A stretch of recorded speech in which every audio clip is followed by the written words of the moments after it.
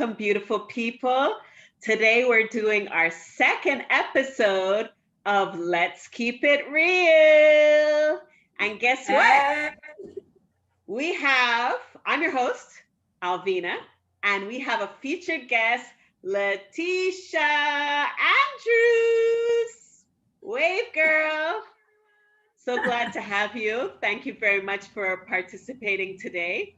As I said before, this is the second episode of Let's Keep It Real, where we're looking at the authors. It's Meet the Authors, and we're looking at exploring their work in the book. We have the book right here, I Pray on Purpose Because, and today we're going to be meeting with Lethisha and asking her all about what inspired her, because here we're all about keeping it real. We want things that are relevant, we want to empower, we want to inspire, and we want to create legacies. So, yes. Lethisha. Alvina. Lethisha, well, I don't even call you Lethisha. I call you Tisha all the time, right? Right. So, you know, it's my thing to ask people about empowered words. So if I take Tisha, which is your name, your nickname, can you please use an empower word to each of the letters in that name? So Tisha. What are those empower words that describe you? Okay, well, for T, I would think tenacious, you know, someone that's always driven and very perseverant, stops at nothing. Intelligent, in the sense of not just regular intelligence, but emotionally intelligent, you know, having that ability to be sensitive enough to connect to people on an emotional level. So intelligence can be all encompassing, not just, you know, academically intelligent, for instance, but we need to know how to connect and relate to people emotionally. So scintillating. Because in some ways, I think my personality is out there and fascinating, and it just has to do, the scintillating, I kind of ascribe to my creativity. And for H, happy, always happy and go lucky. It's a very simple word, but it means so much and it goes a long distance. Actually, my name, Lethisha, means joy. So I think I do embody and encompass that. And lastly, A, I would say audacious.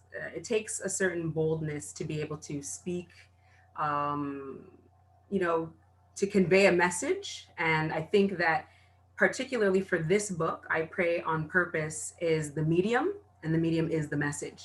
So a lot of people who will read this book, they're going to find a message that will cater to or speak directly to their needs and whatnot. So, wow. Wow. Wow. Lethisha. I don't even know if I have to speak after that. You just like, you know, thanks for the plug. Let's put it that way. So everybody here, this is Meet the Authors. So everybody here wants to know more about who is Lethisha Andrews. So can you please just give us a little bit about who you are and, you know, just tell us a little bit about yourself. Okay.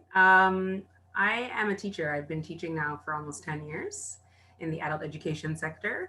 That in and of itself has been a journey, a lot of learning about myself. And in the profession of teaching, you always have, you know, the responsibility of, yes, molding minds, but at the same time, you have a responsibility to connect before you correct.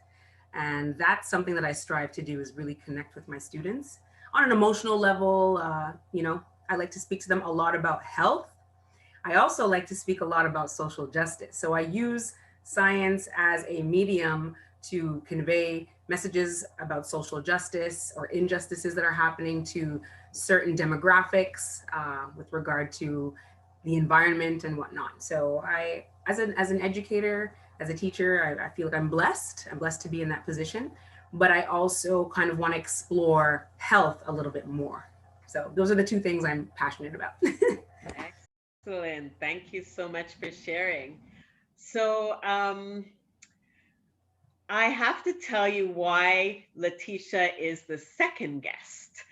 So even though we've known each other for many years and everything like that, Yes. when this book came out, I knew it was a great thing. Like I knew that as I was editing the book and as I was looking at the different works that were submitted, I knew that, what I wanted to, say, the message I wanted to convey, I saw it in Letitia's writing. And, I'm not alone because now that the book is out and that people are seeing the messages and they're reading the testimonies, a lot of people, and I know I didn't tell her this before, but a lot of people are connecting with your work. And you are at the beginning of the book just by the sheer essence of your name. But so a lot of people have already read your piece. The book has been out for a couple weeks now, and I'm getting a lot of feedback on that. So I really wanted people to meet who you are and, hear from you what you meant in your reading. So right now, without further ado, we're going to hear from Lethisha.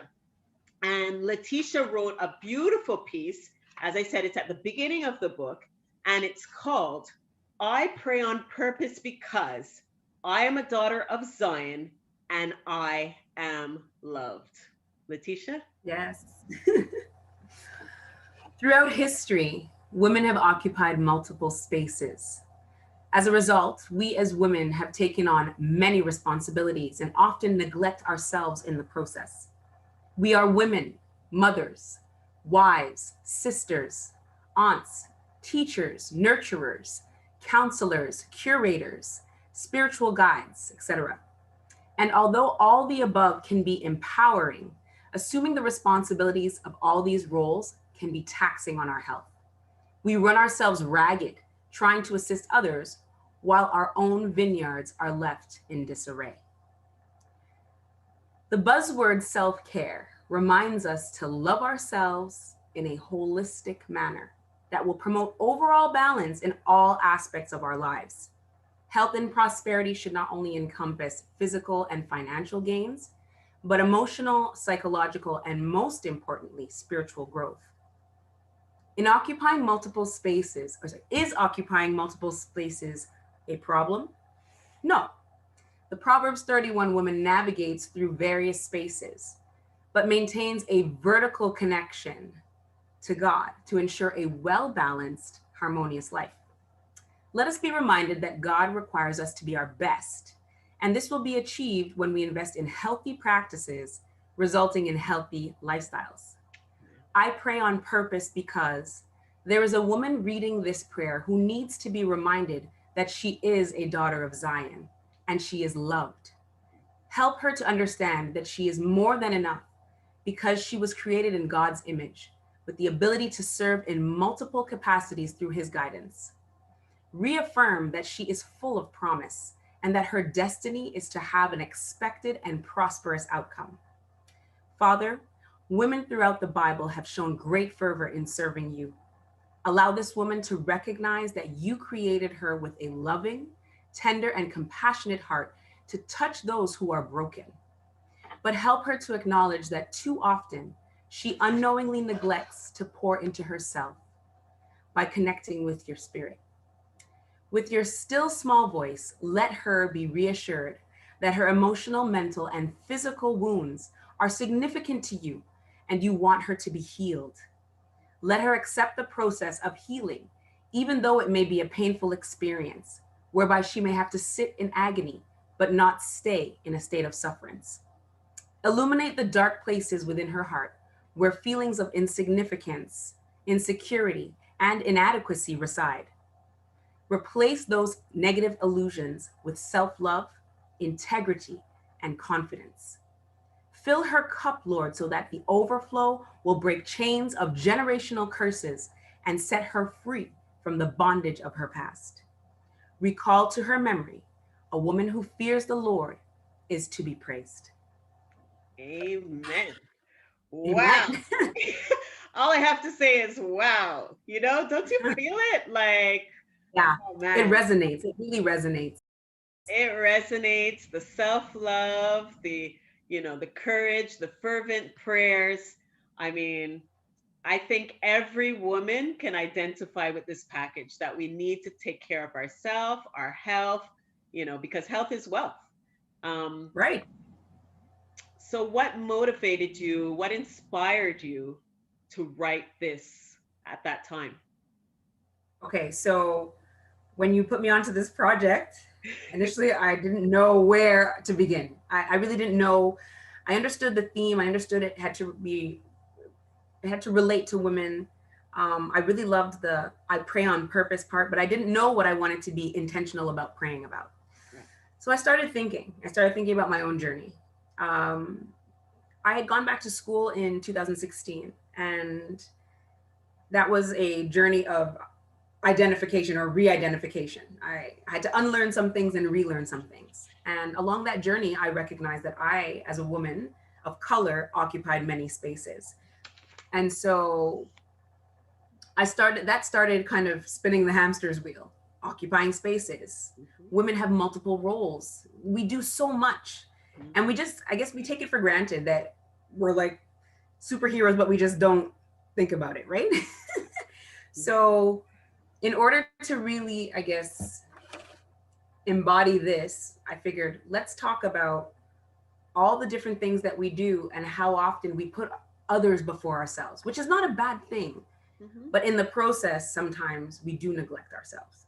And Exactly. I thought that it would be important for that woman to know that although she occupies those roles, it doesn't make her less of an individual. In fact, it's every experience that she brings through those roles that make her into the woman that she is. And she can only grow, from point A to point B as long as her mind is connected. Because when her mind is connected and she's receiving that spiritual reinforcement, she will not see the mistakes of the past. She will not be defined by the mistakes of the past. Mhm. In fact, she'll remember that she's loved and she's more than enough. She's not going to be contained within a box. So she's limitless along this journey. Excellent. And she just needs to pour a little bit more into herself so that she can progress. So that's kind of Excellent. where the inspiration was coming from. It started from back to school.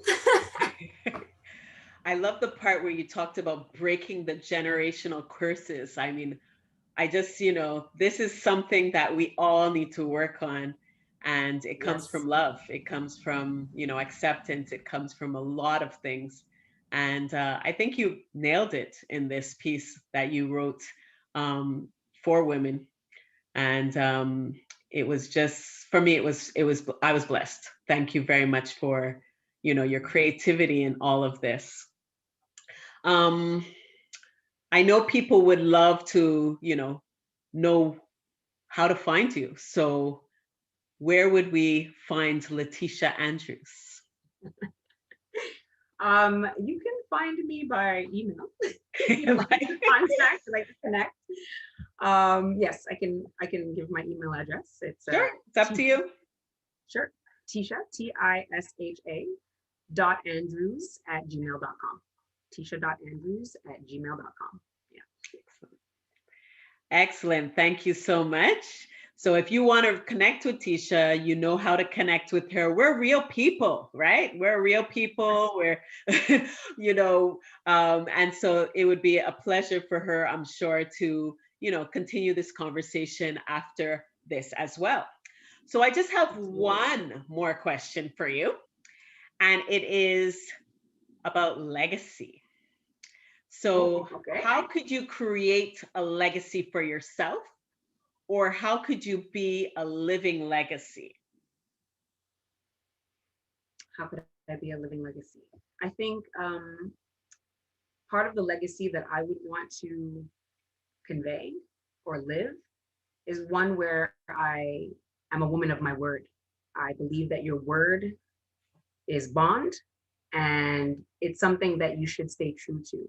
So, what you say can have manifold impact, and standing by what you say as an individual of integrity is very important. So, that as well as a legacy whereby the journey is limitless with God.